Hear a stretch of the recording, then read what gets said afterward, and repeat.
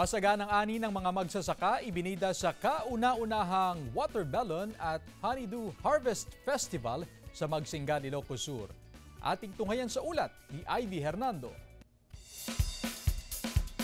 Malalaki at nagsisitamisang pakwan at honeydew ang ibinida ng mga magsasaka ng Panay Norte, Magsingan, Ilocos Sur sa kauna-unahang Watermelon and Honeydew Harvest Festival. Dito sa Magsingan ang pinakamalawak na area for watermelon and honeydew. Kasi dito malapit sa dagat, saka maganda yung lupa. Sa higit 200 hektaryang taniman ng magsasakang si Efren, 4 na uri ng pakwan ang kanyang naitanim.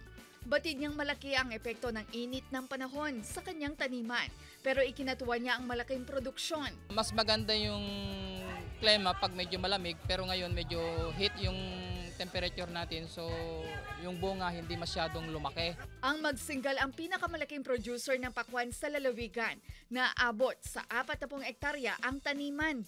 Tutulong naman daw ang provincial government pagdating sa marketing upang direktang maibenta ang produkto sa mas malaking halaga. Aming product yung ipanyo kita. Yan.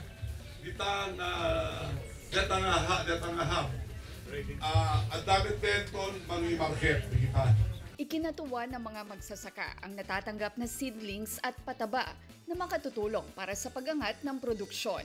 Kasama si Norman Raca, Ivy Hernando, One North Central Luzon.